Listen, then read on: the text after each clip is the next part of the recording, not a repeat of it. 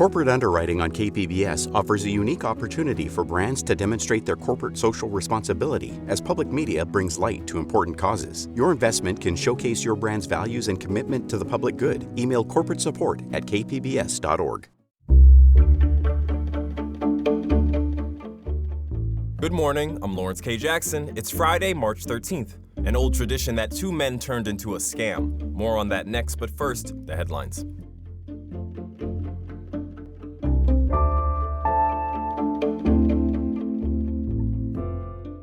Governor Gavin Newsom says that despite a warning from the FBI, there is no imminent threat to the state of California from Iran. The FBI recently sent warning to police departments that Iran could send drones to the West Coast as an act of retaliation. CBS 8 says that Camp Pendleton also confirmed they received the warning. The FBI memo said that, quote, Iran allegedly aspired to conduct a surprise attack using unmanned aerial vehicles from an unidentified vessel off the coast, unquote. It added that the information was based on unverified intelligence. New e-bike rules could soon be coming to the city of San Diego. The San Diego City Council's Public Safety Committee on Wednesday unanimously approved of the new safety regulations. It now heads to the full city council in the coming weeks. If passed by the full council, anyone under 12 years old will be restricted from riding an e-bike. It also only allows passengers if the e-bike has a dedicated seat for them. Councilman Raul Campillo proposed the measure. Both Carlsbad and Chula Vista have already adopted e-bike safety guidelines and restrictions. The UT says that nearly $100 million is being allocated to a county-proposed behavioral health wellness campus in the Midway District. North County's Palomar Health also received $50 million in grant funds to go towards building a 120-bed behavioral health campus at their Escondido location. The money is from the second round of Proposition 1 funding. This round is intended to go towards mental health and substance use treatment. Proposition 1 was approved by voters in 2024. It reallocated funds generated by a statewide 1% tax on personal incomes exceeding $1 million. From KPBS, you're listening to San Diego News Now. Stay with me for more of the local news you need.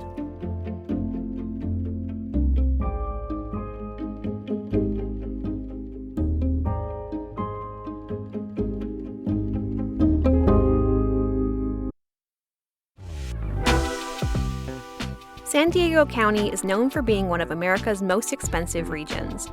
Locals are feeling the squeeze and looking for solutions. KPBS's new series, Price of San Diego, delves into the rising cost of groceries, childcare, car insurance, and even our beloved California burrito. You won't want to miss this ongoing series live now at kpbs.org/Price of San Diego.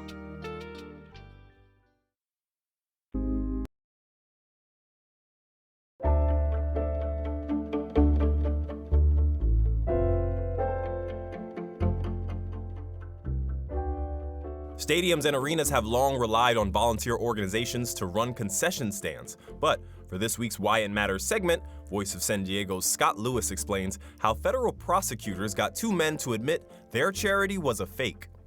The Padres continued an old tradition of allowing nonprofits to operate concession stands with volunteers.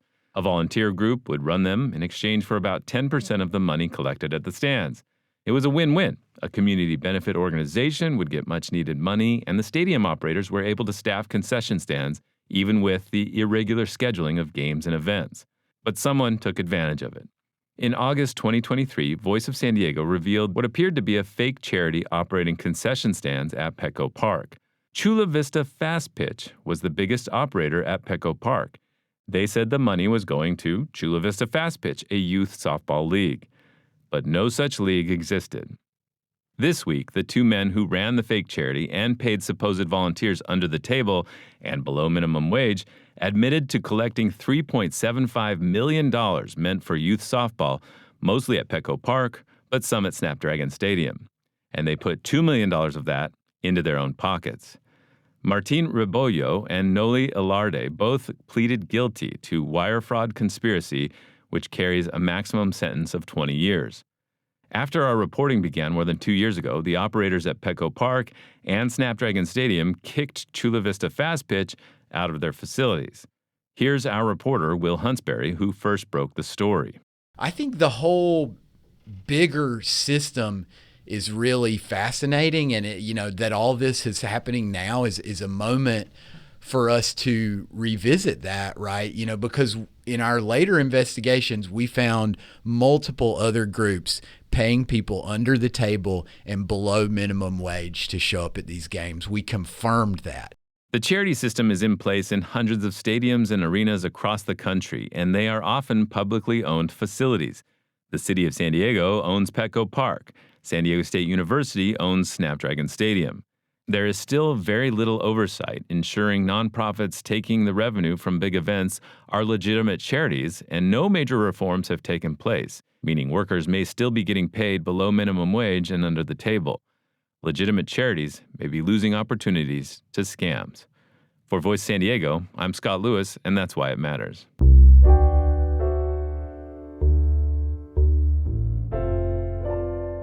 Last year, ICE agents arrested more than 250 children from the San Diego region, and many more kids had at least one parent get taken away by federal agents. Experts tell reporter Gustavo Solis how these experiences traumatize children. It's every parent's nightmare, not being there to pick up your kid from school, leaving them alone, wondering what happened to mom and dad. And that's exactly what happened to Reinaldo Chirino and his wife, Estefany Pineda, in January, when ICE agents arrested them in Chula Vista right after the couple dropped off their kids at school. And as they were being processed, the mom in particular was very, very vocal about her children, that there was no family that would be able to pick them up.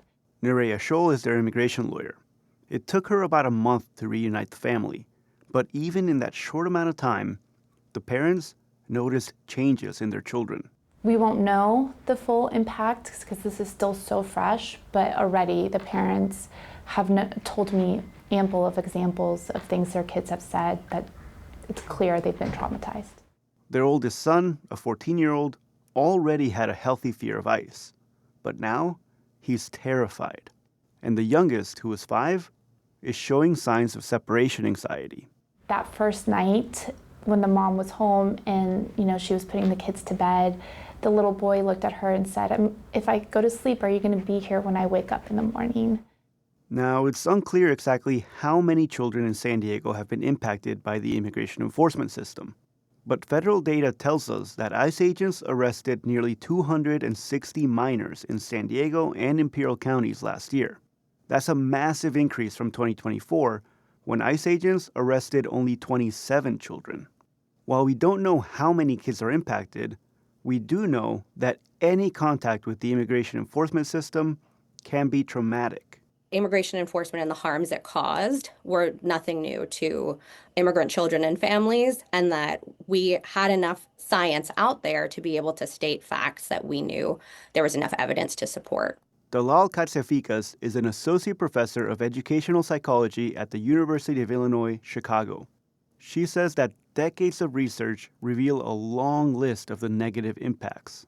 Increasing risks for depression, anxiety, post-traumatic stress disorder, separation anxiety.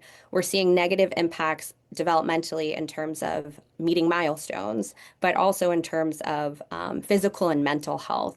And that's something that Mickey Donovan-Kalous has witnessed firsthand.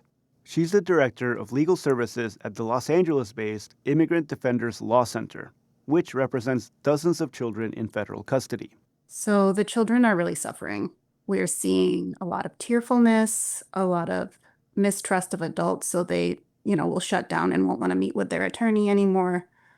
Lots of confusion and asking, why am I still here? When will I be able to go with my family? In San Diego, adults in immigration custody are housed at the Otay Mesa Detention Center, but children are kept in smaller facilities spread throughout the region. Those facilities are overseen by the Office of Refugee and Resettlement, or ORR.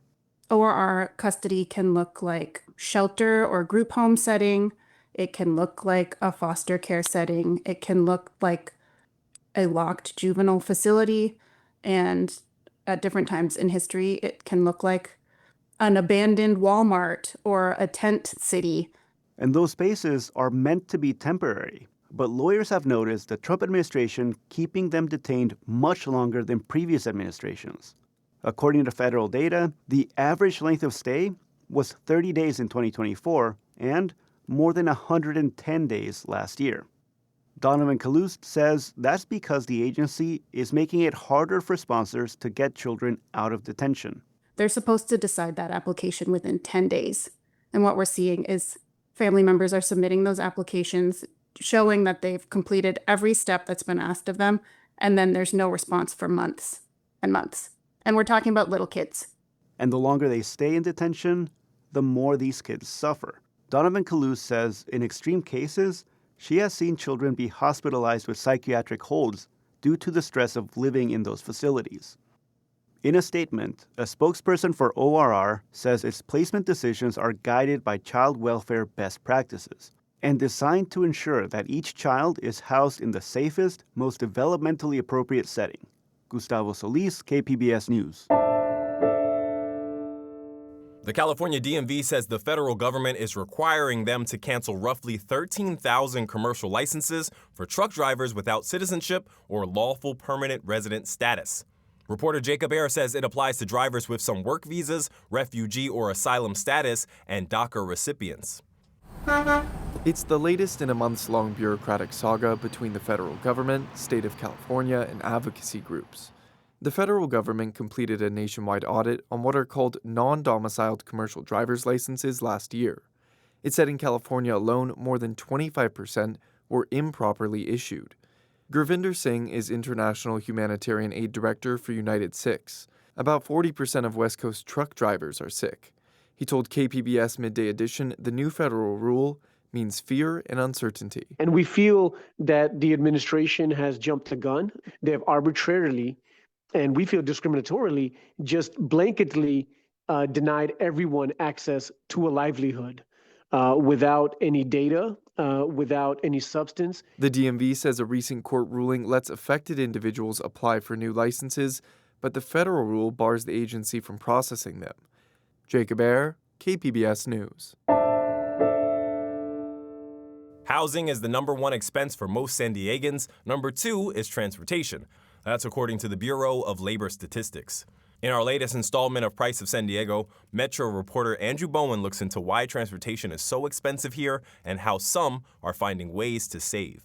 The first car Monica de la Cruz ever bought was a black 2012 Honda Civic. It was also her last. I only had the car for maybe 6 months. I just started making payments on it. And then just as we moved back to San Diego, actually, I got in a crash. The car was totaled. Suddenly, what had been an expense costing hundreds of dollars a month turned into a pretty big check. Money was tight at that time. And I had this decision where I got the full value of the car from my insurance. We had just moved to North Park. I had just accepted a job actually that week in Balboa Park. Our new apartment was maybe a mile from my new office. And so I just thought, let's see how long we can make this work. De La Cruz put the insurance money into savings, bought a bike off Craigslist, and decided to become car-free. That was 8.5 years ago, and she has no regrets. She still shares a car with her husband, Alex Gerlach. But since they both got remote jobs in 2022, neither spends much time behind the wheel. Gerlach says it helps living in a walkable neighborhood with decent access to public transit. The benefit or the biggest change that I see is just spending more time either at home or near home instead of feeling like, oh, I can go anywhere at any time because I can drive there. And now there's just a lot more thought in, is it worth driving there? Is there an alternative method like going to North Park, Hillcrest, and like any places within 5 miles, I don't really want to drive there. And now we don't most of the time. And in terms of dollars and cents, being a one-car household has helped them feel more financially secure. Knowing that you have a cushion, yeah, you can go out a little bit more often, or know that a little higher expense here and there is not really going to hurt your bottom line. Car payments, maintenance, insurance, and gas take up almost a fifth of the average household budget in San Diego. The most recent consumer spending survey from the Bureau of Labor Statistics found San Diego has the third highest transportation cost burden in the country. Household auto debt has been going up for the past several decades. It's been rising dramatically. Nicholas Klein is a professor of city and regional planning at Cornell. He says cars can definitely increase a household's earnings potential. beneficial, but they come with hidden costs. As households take out longer-term auto loans, more of their money is going toward interest rather than paying off the vehicle. And the cost of repairs can hit you like a truck. We can expect they will happen, and maybe we can cross our fingers and hope the transmission doesn't break and cost us $2,000 or whatever to repair. But it probably will at some point, but we don't know when. And for households who don't have a ton of money, that can be very difficult and challenging. Klein says San Diego's high transportation costs are likely because people here own more cars than their peers in other cities and drive longer distances. Building a city with lower transportation costs, he says, requires investing in alternatives to car ownership, like biking and public transit. And that takes a long time, right? To rebuild our landscapes, to rebuild our built environment, our cities and neighborhoods is not a quick fix. But setting that in place and being able to sort of begin investing in that can have long-term benefits for people's budgets, for the city's budgets, for public health, for transportation outcomes. Monica De La Cruz now lives in Golden Hill, right on a bus line and within walking distance to the trolley. I have an e-bike as well as a traditional bike. Alex has an e-bike as well. These are our car replacers. Living car-free has gotten a lot easier in recent years and doesn't really feel like a sacrifice to her. As much as it's helped her finances, she says one of the greatest benefits of riding the bus is feeling more connected to her community. I love how often, there'll be a parent with a young child and I get to see like a baby and there'll be other passengers on the bus that try to make them laugh. And it's just really nice to see. And it's just like a spontaneous thing that you don't really expect in your commute as you're going to do errands and going to the grocery store. But it just feels way more like you're part of a community, and these little interactions all make it feel worth living here and that I am a part of San Diego, so much more so than when I was alone stuck in a car. Andrew Bowen, KPBS News.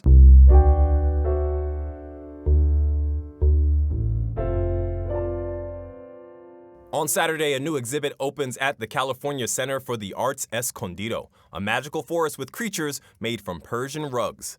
Arts reporter Julia Dixon Evans says it's inspired by the artist's childhood in Iran.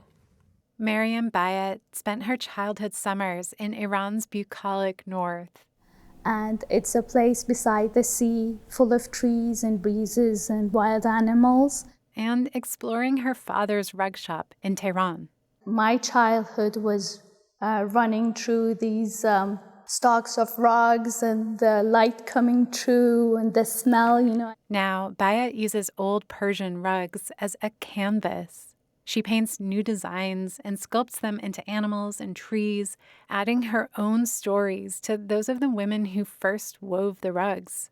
They used to sit down and weave, thinking of their life, their story. All of the rugs had a story behind it. The exhibit, Unrolling Paradise, coincides with the Persian celebration of spring, Nowruz, happening amid war in the Middle East.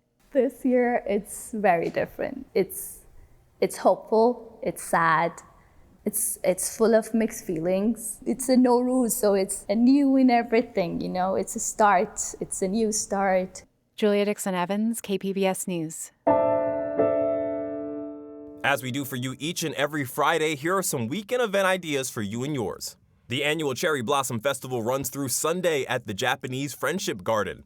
You can go to enjoy the beauty of the cherry blossoms and also catch special performances and check out the wall of lanterns and community art.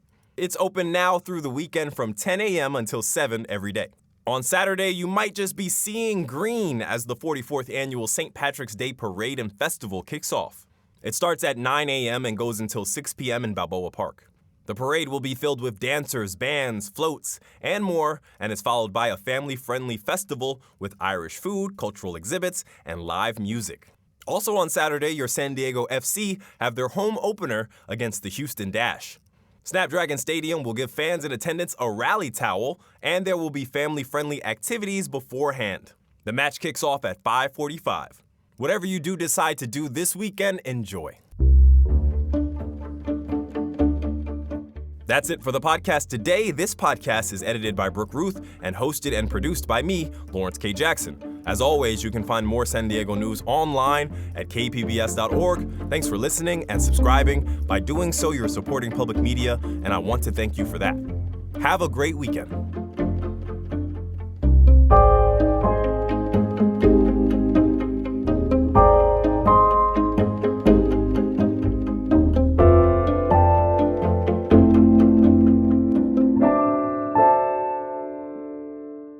Corporate Underwriting on KPBS offers a unique opportunity for brands to demonstrate their corporate social responsibility as public media brings light to important causes. Your investment can showcase your brand's values and commitment to the public good. Email corporate support@kpbs.org.